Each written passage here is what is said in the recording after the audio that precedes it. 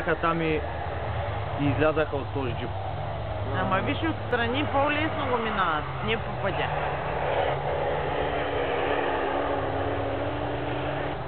Явно и бая голям бояр. Това е голям пепел. Ама тати се изчакват широко. Ама ще изчакват, Какво ами да няма правят да се смисъл. тикат? Да. Много... И там трябва по-малко трябва да... Един от... Там е по-лесен байрал. Това не е камара, късна си и дори го мъжи, защото някой се шимне. Не са достатъчно шибнат, виж. Те са им пуснали карта,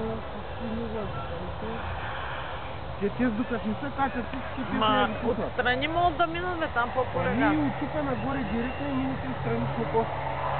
Те го бе, Свилен, ако го искаш, ще го извика.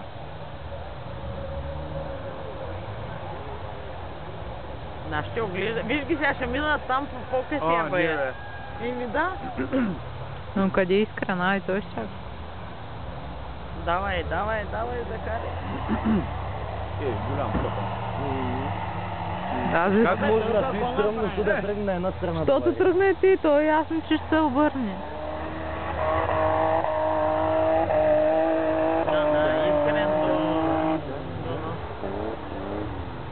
Ай, тръгва закарай. Един по един да тръгва. Те какво и тримата сега нагоре гонка ли се правят? Не, може би изчакват Свилен нещо така. Давай ти. Браво. Браво, до там. Няма до там, ще изкачат. Ще изкачат. И пък Василина голяма с черногледка. Браво. Айде. Ага, да огасне, обаче излезе. Няма. Бавничко, само бавно. Ей, Гюнито и той мина. И той за какво спряха бавно. И как бе, нали мина Гюни? Не бе, там долу е. Долу и Гюни, бе. Айде, точно той с Делян е с зеленото. С зеленото е Делян.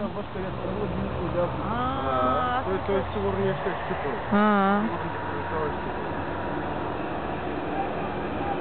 Всяка стигнат горе, ще спира.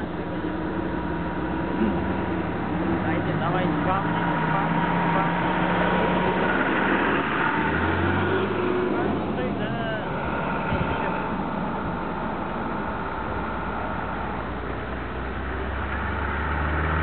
Браво на Искрен. Няма да